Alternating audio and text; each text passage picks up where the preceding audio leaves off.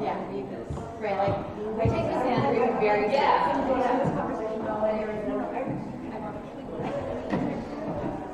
Yeah, sure. Yeah. Nothing. We've already figured this out. Right here.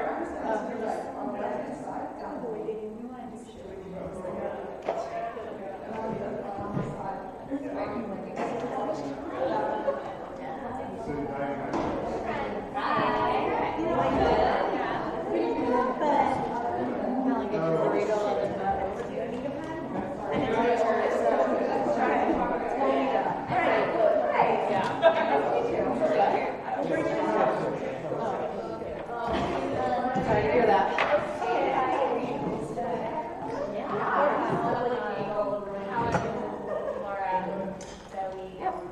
Yes. Perfect.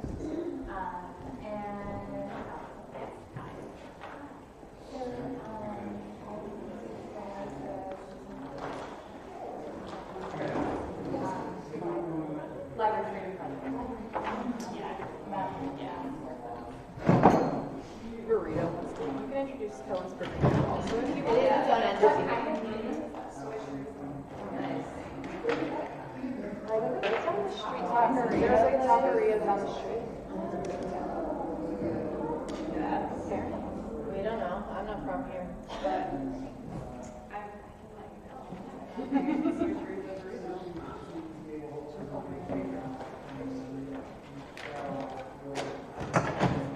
I put my bag back there.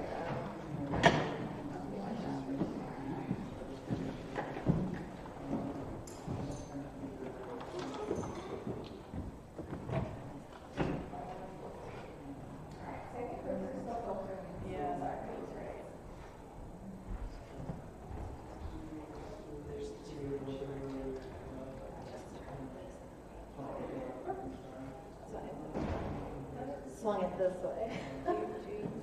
It's very weird being in this very religious room. Let us pray. Yeah. We're going to start with a picture of us. Can you take a picture of us? When you pray or whatever. Yeah. That was so funny. I was like, yeah, that's how I feel. I know I'm Catholic, but it's been so long. I'm like, ugh, I repressed that shit. So yeah, I was just mouthing it before anyway. So, do you want to use the Wi-Fi or, sorry? Data, I haven't loaded data, so it's fine. Oh, okay. I think that's better. I think it's better. Yeah, thank you. Thank you. Okay, let's talk. Hello. Yes. Yes. I mean, I don't. We might. We could like take it off too. Hello. This one feels quieter. Yes. This one. This is extremely cool. Can I just whack you? Check. For space reasons. Oh. Check also? So, I'll go back to the live stream. Sorry. They want to try. Oh, sorry. Yes. A, B, C, D, E, F, G, H, I, J, K. What about that? I feel like it's closer.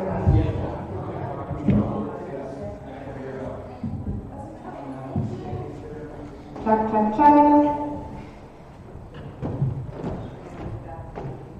All right. You want to move up closer too. Don't forget. Hello. Yeah. Get in here. Selfie time. Sorry.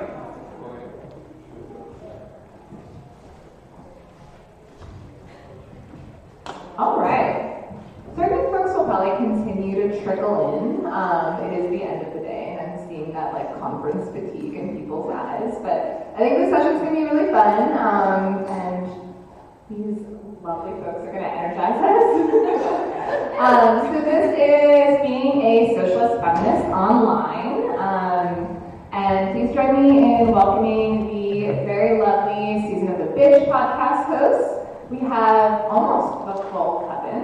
Not everyone. 4 out of 6, also known as 2/3. For the math nerds in the audience.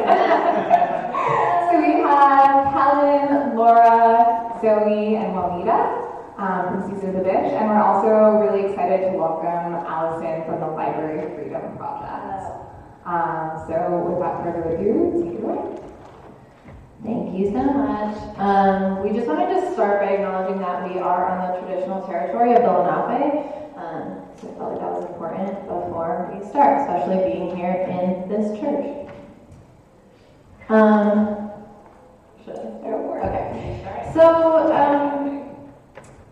Season of the Bitch is a leftist feminist podcast. If y'all haven't heard of us, we're on most of your streaming things. We started almost 2 years ago, and we started because we found there to be like a massive hole in leftist podcasting. It was at a time when we were getting really annoyed with very men in general, but also like very male-dominated spaces within media and within online spaces. And so we wanted to create something different, and so we decided to create a podcast that was for everyone that wasn't a cis man. And so the guests we have are people other than cis men, and all of our hosts are people other than cis men. Yeah, so this is, as you guys may know from reading your programs, which I assume is what brought you here, this is a Being a Socialist Feminist online panel. And we have sort of two, I think, sides of that coin here. We have a cybersecurity expert, and then we have people who have stumbled into not being doxxed somehow. Just a bunch of goofballs. Not secure at all. So I think what we wanted to talk about a little bit was the side of things where you're engaging in the world through the internet in its various forms, and like how that can be a positive and really like encouraging, wonderful thing. Because I think we have had a lot of like really good experiences. So first of all, we met each other online. I figure we can outline sort of the things, and then maybe we can talk about them. Yeah. So we connected online in a way that is only very recently become possible for people to connect. And I definitely am a personally believer that there is a really important political space on the internet. I think we're probably evidence of that. So it's the way that we met. It's obviously the way that we disseminate our message. You can only get the podcast by downloading it or streaming it somewhere, anywhere besides Spotify, because they don't like the word bitch, I guess, which is fair. They're censoring us. So not Spotify, but all the other places. I just want to say really quickly that it's actually, that was the case at first, but since Rihanna has paved the way for us, we just need to link up some stuff. I was incorrected. So the sort of online space as a place of spreading information in a constructive way, and I think the third thing that it seems like we might want to talk about is online spaces as a way to build community, which is I think similar to sort of the first thing about connecting with people, but I think there's, in addition to just meeting people, there's also the sort of intentional construction of a space, and thinking about sort of how do you curate that space, what do you want it to look like, how do you want it to function, what purposes do you want it to serve, who do you want to feel safe there. And I think those are, it seems like it's sort of the three main things that we felt like we might be able to talk about in a panel like this before we coin flip, hand it over to talk about not being destroyed by the internet. I feel like it's like a Rubik's Cube, like they're together, and together you unlock the higher level of socialist feminism online. Yeah, absolutely. Yeah, you want an origin story, Laura? I feel like. Oh, sure. So we met in a Facebook group.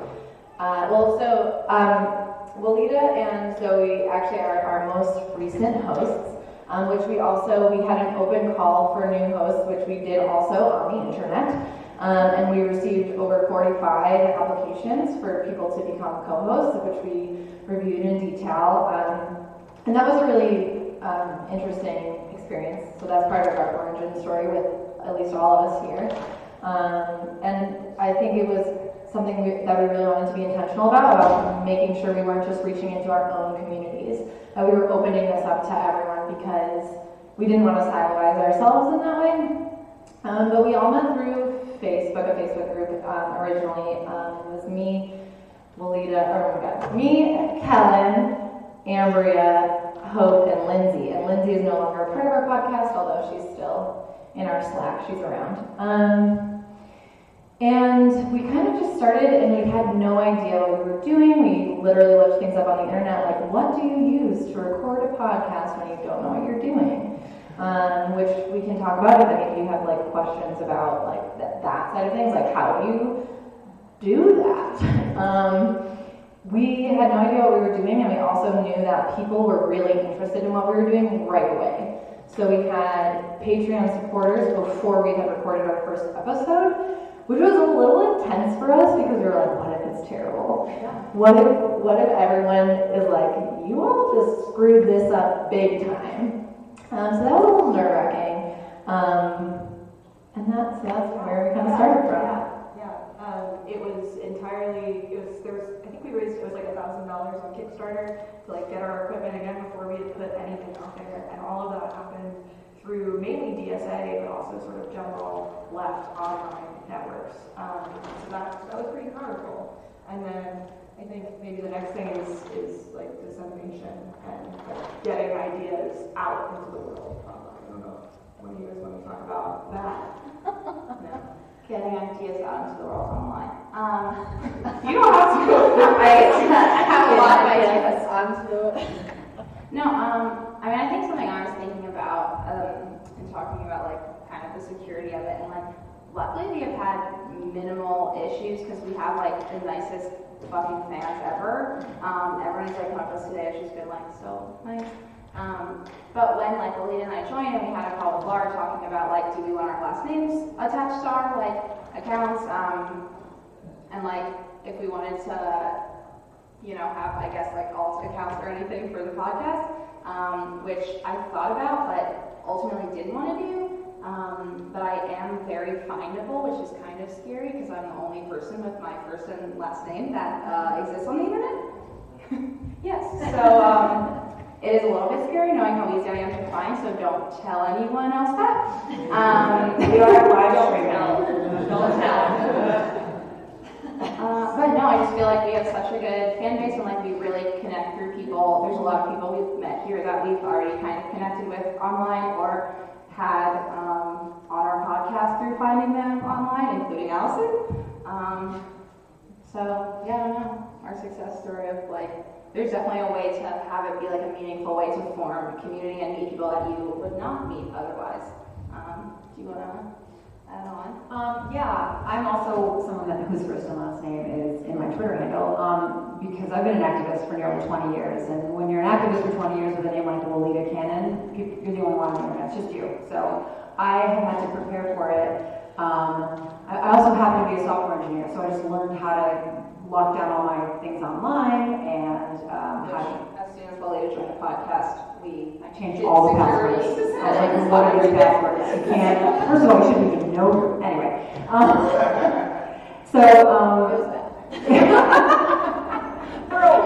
but I'm sure Alison will talk about all of that. You're 2 sets of headings. Yeah. But being a woman and being an activist and a leftist online, especially in the United States, it can be a scary thing because you're vulnerable in all kinds of ways. You're vulnerable by being a leftist, you're vulnerable by being a woman, you're vulnerable just being online. I'm not on Facebook. I strongly urge everybody to get off Facebook. I know it's hard to do, and I understand that there's people that need to be on Facebook, but if you can get off of it, I beg you to get off of Facebook. My Twitter is, like I said, my first and last name, but I do not read replies.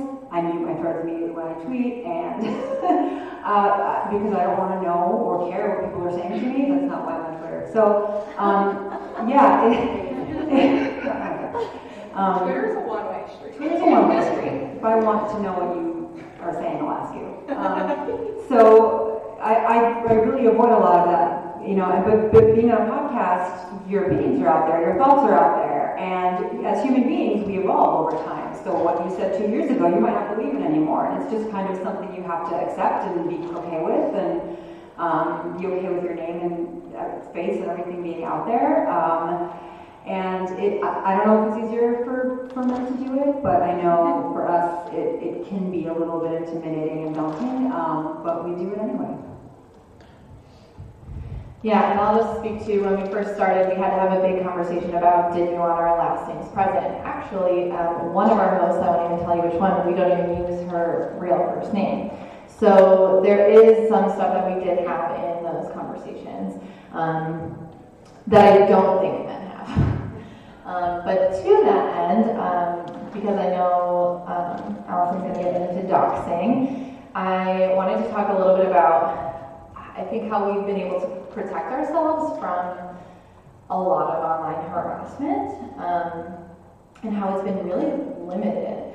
And one of those reasons is because, I truly believe this, I think that the men that listen to our podcast are so afraid of like messing it up. Like they're just like, you know what you're talking, like you are the socialist feminist queens. And like I have people DMing me just like yes queen all of the time, and I'm just like, first of all, like don't say yes queen, because like that's like appropriate in its own way. Second of all, like thank you, but also Trusty reply, guys. Yeah, Definitely share. yeah. So I just think that the thing about the way that our podcast kind of grew was out of us essentially calling a bunch of men out, predominantly in BSA, for being like Chapo stands and like really being obsessed with all of this really vapid male-centered media, and we were really tired of it. And so I think when we kind of like laid that bare, it was one of those things that people were like afraid to confront us about things. Don't get me wrong, they still try, and then we all dogpile on them, which is honestly the greatest tactic that there ever has been. But that's really what I kind of wanted to touch down to. I went on a little rant about that, sorry.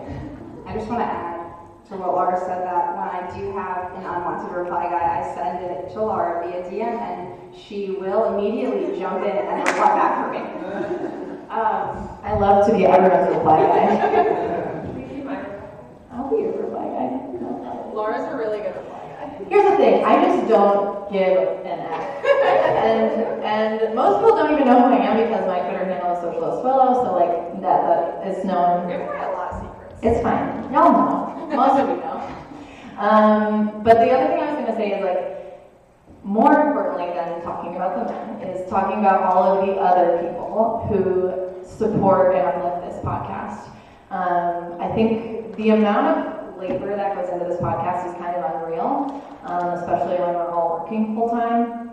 And I think we would have stopped a long time ago if we weren't hearing stories from trans folks and women and people of color who were just like, freaking finally, like thank you so much for doing this. And not to say that we like even need or deserve that thanks in a lot of ways. I just mean like, what that shows to me is that this type of space that we've carved out online is super crucial and still super lacking, and that people have been very moved by having people that they identify with on our show on a regular basis, whether it's one of the hosts or the guests. And that's just been like an incredible part of the community. And then they jump into the conversations of men trying to harass us online, which is really nice. I also wanted to, we're going to come up on time pretty quick here. I wanted to, Laura, I think your rant was beautiful, and I don't want to take anything away from it, but I do want to just reiterate that I think actually another thing that has worked for us is that our online presence is super positive, actually.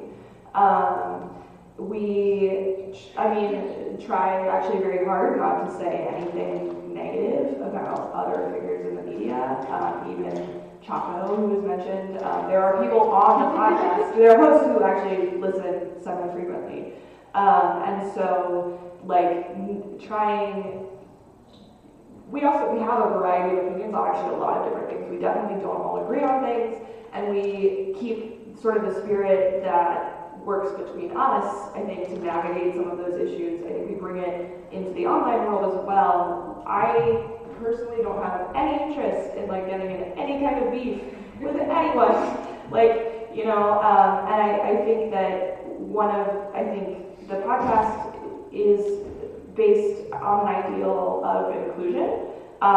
Inclusion in a way that is perhaps sort of ironically framed in somewhat exclusionary terms, that, you know, and I think as leftists we're still trying to work through how do we define ourselves as non-men in a group that isn't still centering men's identities.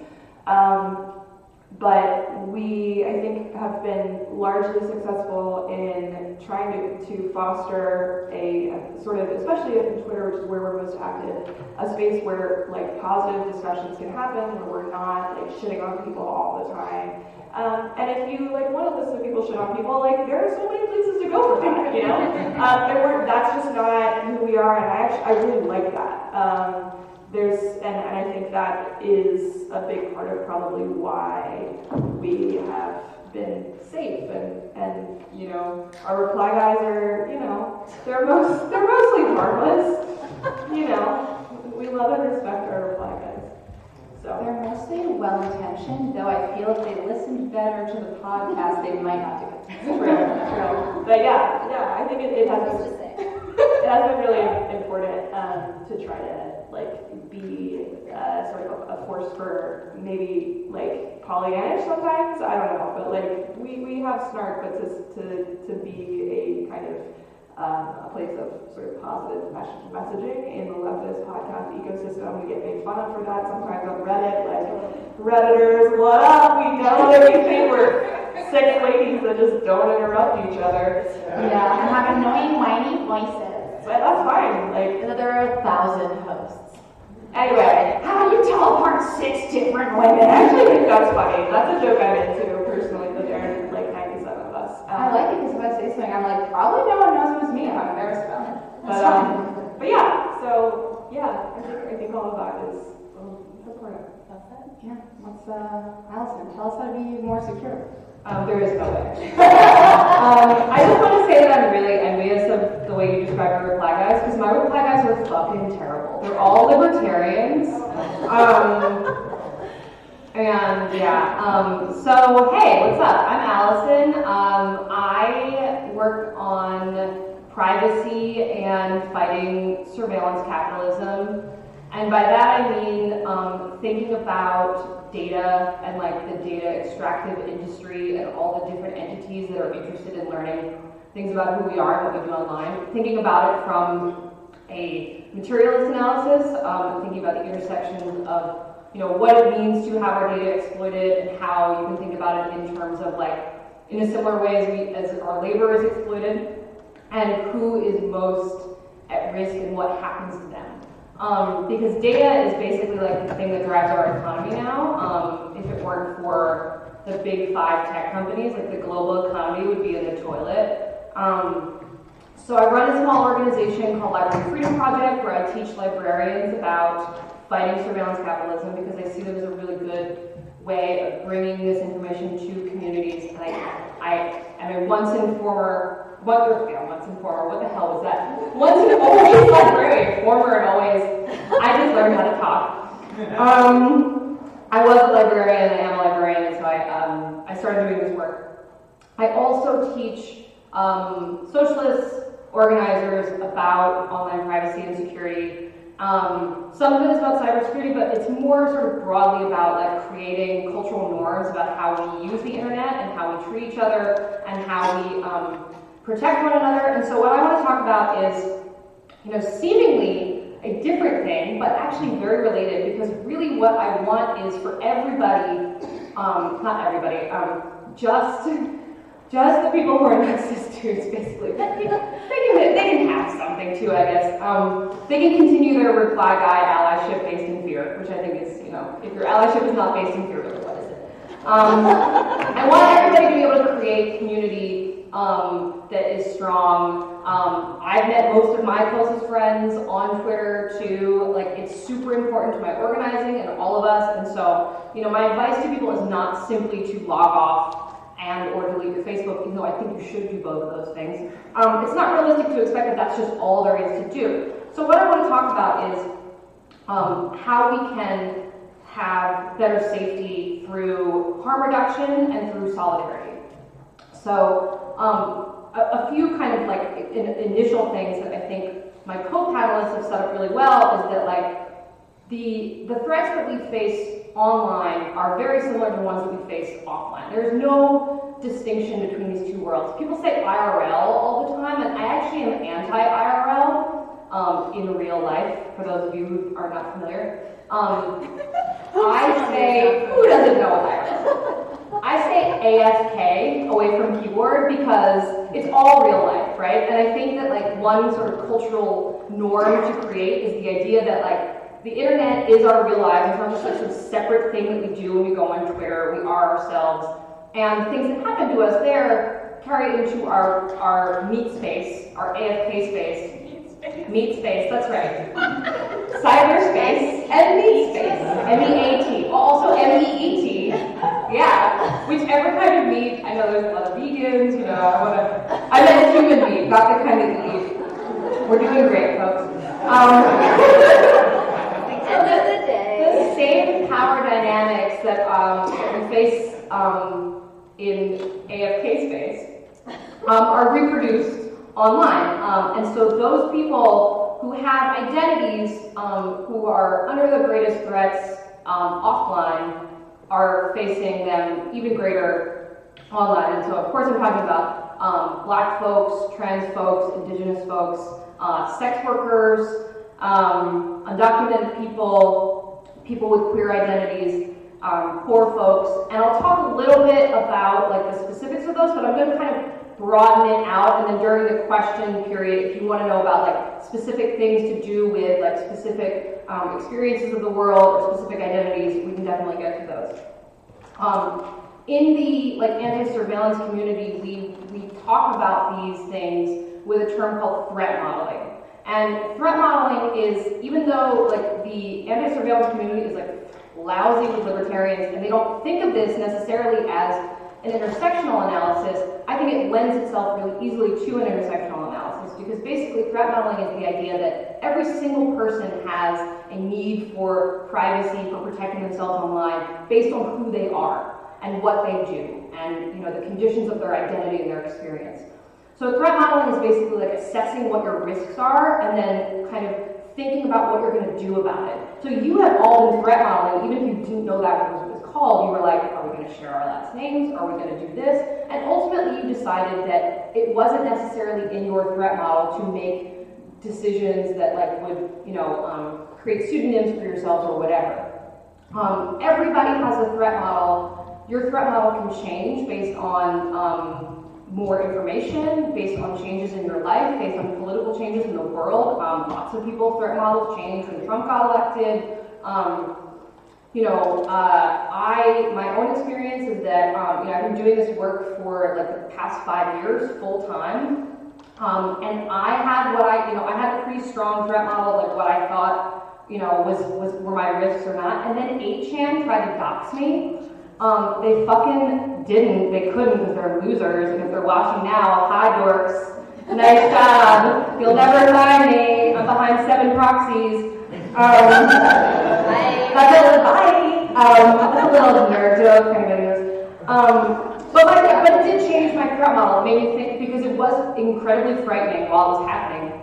And even though ultimately they weren't able to find anything that could lead them to, for example, where I lived, it made me rethink some of the information that I was putting out there and the ways that I was doing it. So some of the issues that are relevant to thinking about our threat models, of course, number one, like overall, surveillance capitalism, that like we are all completely addicted to our devices and to all these platforms, and that's how they work. UX, like user design, is all centered around this idea of like dark patterns. Anybody ever heard of dark patterns before? A couple people have. Dark patterns is basically the idea that they want to keep you on the app as much as possible. So here's a dark pattern: Netflix autoplay, dark pattern. Endless scroll on Twitter and Facebook, dark pattern. because data is the raw material. Shoshana Zuboff, who's the person who coined the term surveillance capitalism, talks about data as the raw. We often, we hear things like, "Oh, you're the product." You're not actually really the product. You are the raw material that's getting sold and chopped and moved in a different direction and resold to advertisers, to insurance agencies, to all different kinds of entities.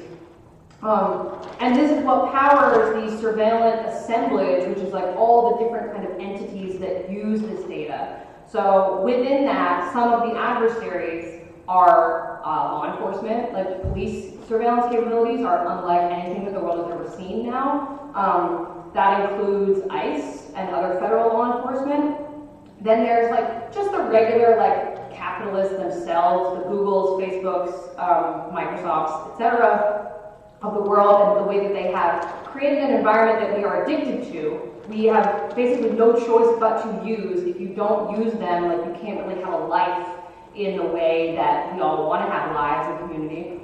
And then there's a nebulous third category of just other entities that kind of are either shielded by those earlier entities. So for example, online fascists, online and offline of course, but they do a lot of their organizing online. They will never face any consequences from law enforcement, and they use the environment that surveillance capitalists have created, where so much of our information is out there. They can use that against us for things like doxing, which I'll get into in a minute.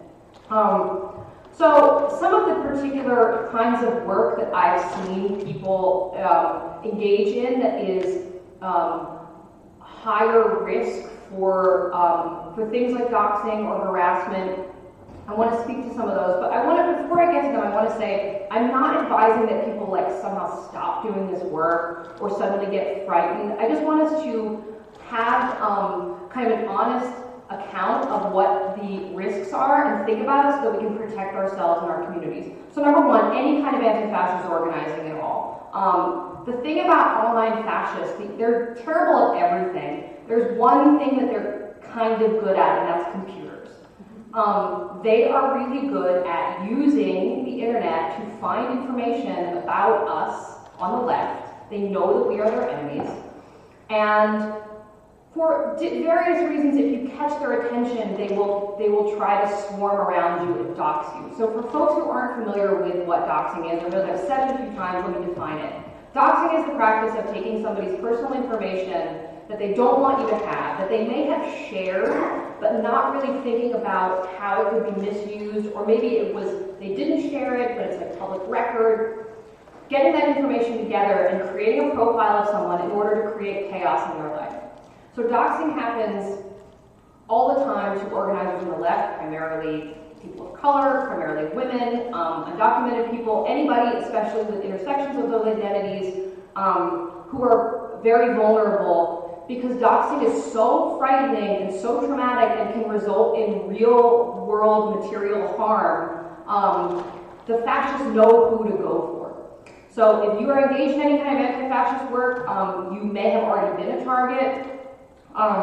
Folks who have been involved in the Me Too movement are highly targeted. Anybody who is unionizing their workplaces, that's a different set of adversaries, because your workplace, is probably monitoring your activity. Even if you're connecting to workplace Wi-Fi on your phone, and then you're looking up how do I organize my workplace? They can see the websites that you visit. Sex workers, especially now, after Sesta Fosta, because they cannot advertise their services safely online anymore. Being queer and trans, there's really nothing new there. Those are identities that are always under threat, no matter what kind of work you're doing. Folks who have abusive former partners, there are so many different apps that that are very easy to download that abusive men will use, and they'll basically send you a link and try to get it onto your phone, and then you've got this malware on your phone that tracks you. And then of course being undocumented is another identity where all of your online activity, anything that could reveal information about your documentation status is a risk for you. So what can happen if any of these, if you're working on any of these things, you have any of these identities, you have any of these adversaries, any number of things can happen. So doxing is the one that I've been kind of talking about the most, but I think it's the one that affects the greatest number of people on the left, no matter who you are and what you're doing. I know many people, I hear from people all the time, people in DSA and in different socialist organizing groups, and folks like just dealing with doxing all the time. It's so commonplace that I feel like we don't really talk about it enough. Some things that can happen from doxing, if they really want to make you a target, they'll communicate to you in various ways that they really know where you live. They'll send a bunch of pizzas to your house, or they'll send a SWAT team to your house. That's one of the worst things, because they'll call in a fake bomb threat or something. Various kinds of stalking and harassment can result through this, and then of course if law enforcement is one of your adversaries, then very terrible things can happen to you, prosecution or deportation. So, I've spent a whole lot of time talking about various risks, and I'm so close to running out of time, but I want to talk a little bit about some sort of general advice for everybody, the things that you can do to protect yourselves. I want to get back to the concept of solidarity that I talked about first, because the solidarity component of this is that we are all responsible, our threat model includes our communities. And we need to take seriously that even though some of us, I use my real name on Twitter, I've been doing anti-surveillance work for years, but I don't feel like that is a threat for me. That's not true for everyone. So in terms of creating cultural norms, we need to create spaces where we don't make the assumption that people are comfortable telling us exactly who they really are. We shouldn't be suspicious of that. We should have a culture of consent around online activities with organizing, just the same way we do with other,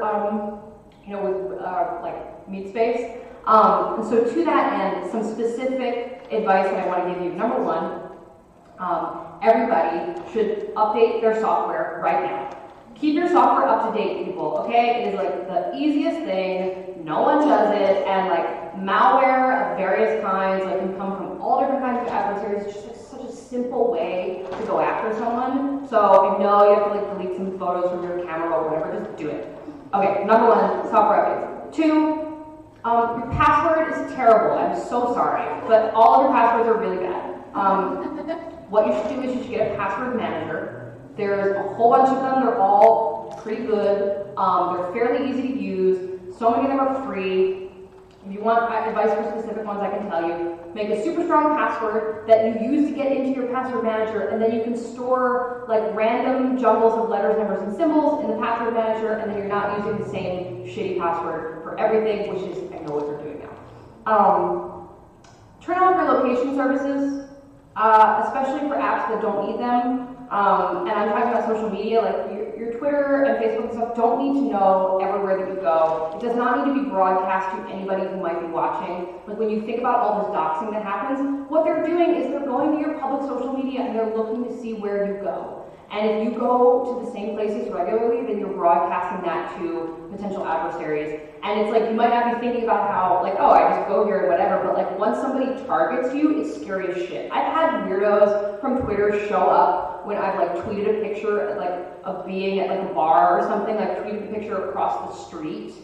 I've had Twitter followers come and be oh, I saw you were here. Who would ever do that? But just having an attitude where you think about what is this picture revealing about me? When 8chan tried to dox me, they looked at my photos and tried to glean from the picture where I was. So in terms of turning off location services, it's especially important to turn off location services for your camera. Because then if you have location services turned on your camera, it will embed metadata into the photo of where that photo was taken. It can be pretty precise, so it could be your home. I'm going to say a few other things since I'm basically out of time. Okay, cool. I mentioned workplace Wi-Fi. This goes for school Wi-Fi or any Wi-Fi network that you don't 100% trust. It's not yours in your home. It's a good idea to either treat it like it's being read by your boss all the time, because if you're not in control of the network, they can see the websites that you visit. If that's not possible for you, if you're no, I still need to look at OkCupid on my phone or whatever, on your phone. And there's a whole, like, VPNs are like, there's like some really crappy ones. Unfortunately, the good ones do have, like, cost a little bit of money. One that I really like is called private internet access.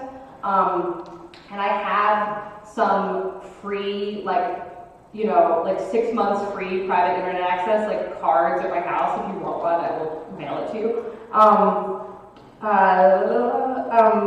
For as far as like using social media a little more safely, the thing I said about consent, make sure you have consent of people's, you take photos before you post their photo because you don't know what their threat model is, you don't know if like they're out to their family, you don't know, and I mean out in any sense as socialist or as queer or whatever. So, you know, asking before posting is a good idea. I like the idea of like if there's like a big like organizing thing and you haven't gotten consent from everybody in the room about taking photos, take it from the back of the room. For big events, for name tags, you can put like, you can get like little stickers from the dollar store, and the red ones mean don't take my picture, and the green ones mean do, and the yellow ones mean ask first, because like, you know, I want to know where it's going. Everybody should use an ad blocker, no matter what your threat model, because any way that we can prevent the surveillance capitalists from monetizing our information is good, and they hate ad blocking. I know it's bad for journalism too, but like that's a bigger problem to solve. Like journalism should not be so beholden to the advertising industry. It's not journalists' fault, of course, but ad blocking, like, you know, the journalism industry wasn't going to be saved by advertising anyway. Everybody use an ad blocker. Everyone should be using Signal for texting and calling. Signal is a free encrypted app. It's for Android and iOS. The content of the messages is encrypted. You can make encrypted calls with it. And one of the things that it has that none of the other encrypted apps have is that it also hides your metadata. So in transit, if somebody's like observing your calls in real time, which is probably not happening to you, but like talk to me if you think that's in your threat model. But like, let's say you get arrested for organizing a direct action and your call data gets subpoenaed. If you've been using Signal, they won't be able to see who you called. They'll only know that you have the app installed and they'll know the last time you used it, but they won't be able to see a record of all the people you've called, which we know in organizing can be evidence of conspiracy or whatever. So, and then just the last thing that I want to say before we open it up to questions, just getting back to the solidarity piece, you know, there are some really great resources for teaching ourselves and each other. One of them is called DIY Feminist Cybersecurity. It's by a group called Hack Blossom. I know the person who put it together. It's really great. It's a bunch of different, like, the kind of advice that I've given you here. If you just search for it, you'll find it. DIY Feminist Cybersecurity, Hack Blossom. Tactical Technology Collective is a group of people that makes a whole bunch of different resources for digital privacy around organizing, and they have something called Security in a Box that's quite good. And then finally, the Electronic Frontier Foundation has something called Surveillance Self-Defense. It's ssd.eff.org. Teaching each other, like having it at a point, like at organizing meetings, taking 5 minutes at the end just to make sure everyone's on Signal or whatever is a really good step. And just taking seriously people that, like, not everyone is going to have the same threat model as you, and that their concerns are valid, and that online harassment is actually very scary. And even if it doesn't amount to anything, it does have the effect of making people not want to organize anymore, and that is not what we want to have happen. So thank you for letting me go over my time. I think that we can take some questions now. I don't have questions for the audience. I don't know if you all do. Is that mic on?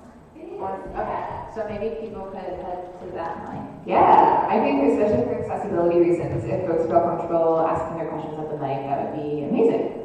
Cool. B, you want to start us off? All right.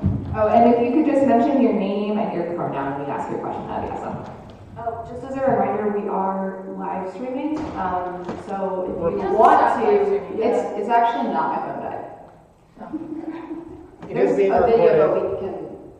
Let's stop. The live stream is over. My phone's dead. Okay, never mind. Really great norm setting. I just want to, yeah, great job. Putting our ideas into action. It's great. I love it. It is being recorded. There's another recording. Never mind. I'll use my other name then. Everyone, you are. Okay. I can send it. Hi. pronouns. I have a question because you mentioned Signal.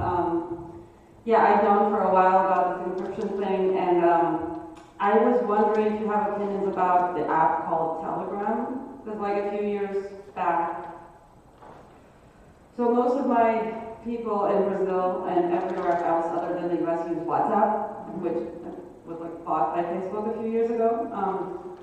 And then for a few years I've been trying to get people to use Telegram with me, but recently I heard that Signal may be safer than Telegram, and if you have opinions on this. And we're definitely going to use Signal from now on, like as organizing strategy. Yeah, thanks, that's a great question. So in order of safest to least, it goes, in my opinion, Signal, WhatsApp, iMessage, Telegram, and then like regular like Android SMS. And I'll explain why. And this is like not shaming at all, because people have different strategies and like everyone is just trying to do their best. So the thing with Telegram is that I haven't followed in super recent times like what's going on with that, but there was a few years ago, it was discovered that they were doing a few really bad things. They were storing the contents of people's messages in plain text on their servers. So the opposite of encryption is plain text. It means that like anyone can read it. It's just available. And so it was on Telegram servers, but then like if they wanted to hand it over to law enforcement, they very easily could. And there was like a whole thing with them like handing over text to like the Iranian government or something. I can't remember precisely what it was, but there was a whole thing with that.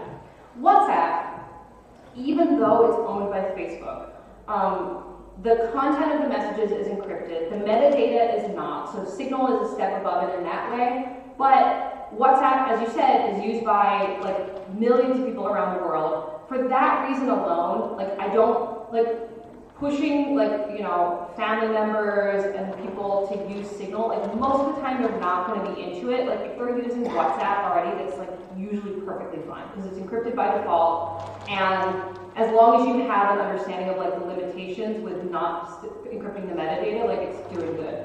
iMessage to iMessage, like iPhone to iPhone, is encrypted. Apple has the metadata, but they can't decrypt the content. And I put that below WhatsApp because WhatsApp has the benefit of giving you the opportunity to have an encrypted conversation between Android and iPhone. Android SMS is unencrypted by default. So that is something to know. When your phone, when you send a text and it's in blue, it means it's encrypted. When you send a text and it's in green, it means it's not encrypted.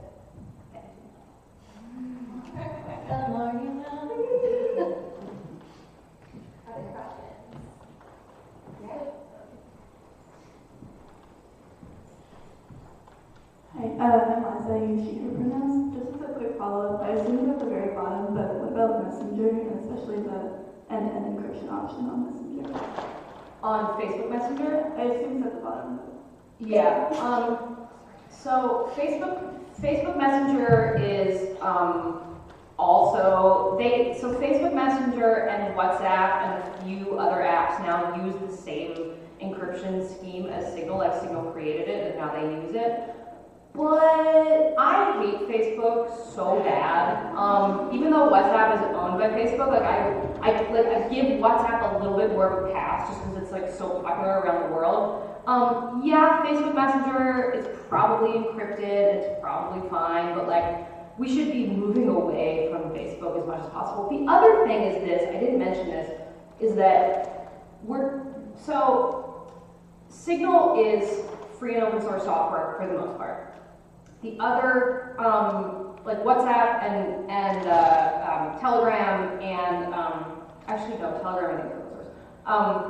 WhatsApp, Facebook Messenger, iMessage, these are all closed source, which basically means that I realize that like folks in this room might not have the technical capacity to like go and read the source code and be like, oh, I see that they are in fact doing what they say they're doing. But there is a whole community around the world of people who are into free and open source software who do exactly that with software where the source code is shared. So they look at it and they examine it to make sure that the claims that it says that it's making about its security or whatever are actually legit, and they examine it for bugs and they whatever.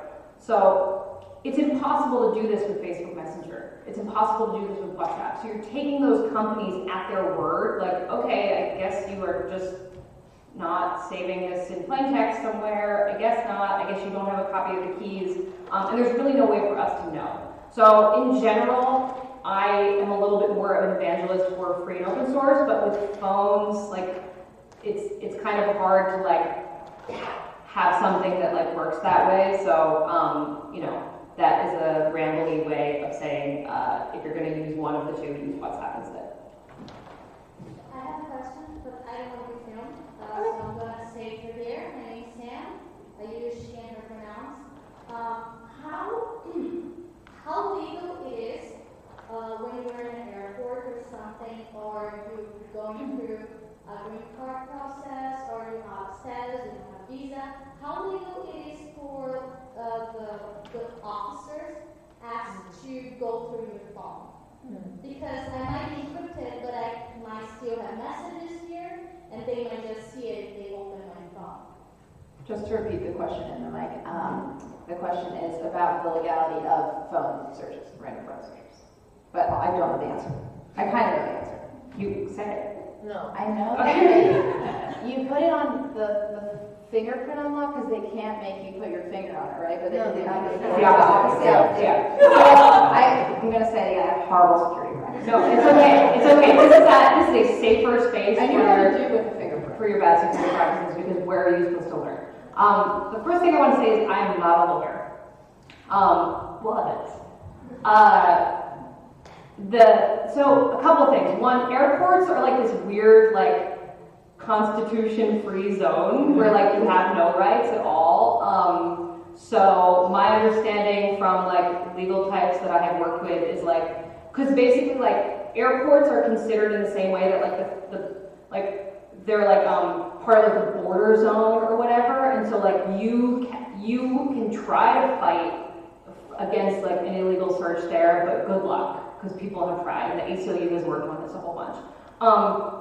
But generally speaking, in other contexts, your Fifth Amendment right against self-incrimination is supposed to protect you from having to give law enforcement a password without a warrant. So the exception to that, though, is biometric information. And biometric information is any information that comes from your body, so your thumbprint or a face scan. So it seems like police cannot compel you to enter in a password, except if you're at the airport, they might, but you should still fight them on it, and you should demand to see a warrant if they try.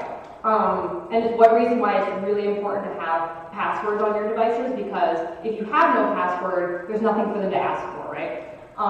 But if you use a thumbprint or a face recognition thing, they can probably compel you to enter it. So what I recommend is, if you're in a situation where you, like, I use the thumb unlock on my phone, and the only reason I use it on a phone is because they're not sending it to some third party somewhere. Like on phones, it's just stored on the device, so I trust that. But if I go to a protest, or if I'm like a cop were like running towards me, shut your phone off. Because then when it turns back on, it's going to demand your full password, and that is something that you are a little more shielded from. Exactly what I meant.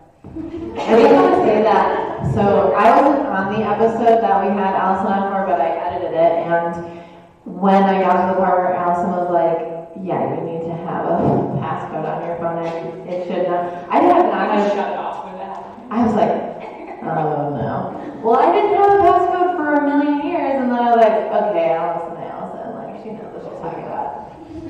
Thank you. Hi, Shelley, and she, her pronouns. Thank you so much. This is really helpful. I'm not sure if I have a question so much as a comment, and I wonder if you all could like respond to it, I don't know, emotionally or otherwise. And I'm thinking about how, you know, we heard from you all how you have to keep your online media really positive, and you mute responses from you know, people who might tweet back at you. And we're getting all this amazing advice from Alison about how to keep ourselves safe from alt-right doxers. And then I'm also at the same time thinking about how like women and feminized people are held to a higher standard when it comes to politeness, where we bear like larger penalties when we violate the norms of politeness and agreeableness. And I'm thinking about how if the IRL space it's really all just one big, public arena, and the same things that we would want to do in the away from keyboard is what we also want to be doing online. Are we silencing ourselves in order to protect ourselves? Are we being held to a higher standard in order to protect ourselves? And that fills me with rage, and I just want to think a little bit with you all about what is the alternative to just having to protect ourselves, right? To be victim blaming as we're protecting ourselves. I just going to say really quickly that I would say that while I will say that 2 of the 4 of us up here maybe don't stay as positive as the rest. I'm unclear which ones. Okay, no, so all I'm saying is like what we were saying before, the when Zoe was like, I will screenshot this and send it to Laura, is like, I think it's important, I agree with you completely, like for me it's really important. I am, grew up Catholic, so again, being in the space is really something. No, thank you. They're Methodists here, it's okay. I feel like it's, There's multiple different practices. Oh, okay. oh, it's multiple. Anyway, thank you all. Sorry, my own childhood trauma, it's fine. So, I think that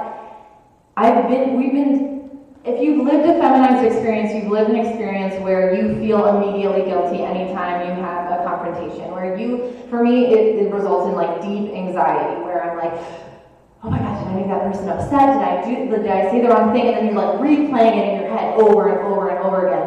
And I feel like, honestly, being a part of Season of the Bitch has forced me in some ways to like walk what I've been saying, which is like, I'm not gonna take shit from you anymore. And like, I don't have to be, it's the same thing that's almost discussing earlier in the Me Too panel where, restaurant workers are the most affected by harassment, not only by employers and employees, but also customers. And I think about like, when we're particularly like public online, when people interact with us, like, in some ways I think about it, if this isn't maybe the right way to think about it, as like a customer experience, and I'm just like, I'm not gonna play the game that like the customer is always right, like, because you're not. And especially if you're a man, you're probably not. And I don't need to coddle you through your own like male guilt. I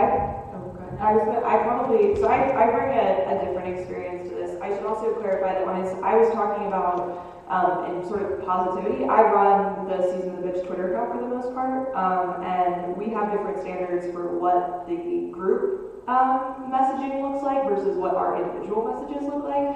And this was a discussion we had very early on about what kind of tone we wanted to set as an official podcast Twitter account, whereas like anybody can say whatever the fuck they want. These are not the opinions of the podcast. Yeah, especially not Zoe's. I'm totally kidding, but if I die, I'm gonna know what happened. No, but I don't come from a tech background at all, but I do come from a background where, for personal safety reasons, I have been covering my tracks for a long time. My father figured out where I lived, and started, like, when I lived in a different state than him, and started hanging out, like, came to where I was living and showed up at the coffee shop around the corner. And that was a real wake-up call for me that I needed to, like, change what I was doing. And so I have a lot of security practices that have been in place for years that have served me well. Being a more like public-facing person. And I have also thought about like, what am I missing? Because the threat of doxing can be very real and very scary. But it's also something that is, I like, alt-right people are a whole different group of people, but I've been worried about not being found for a long time, physically. And it does make me angry, And it makes me sad because sometimes there's things that I want to share. You know, my Instagram is private and I don't let everybody follow me because that tells you where I am. And there are things where it's like, oh, something cool is happening in my life that is very place specific.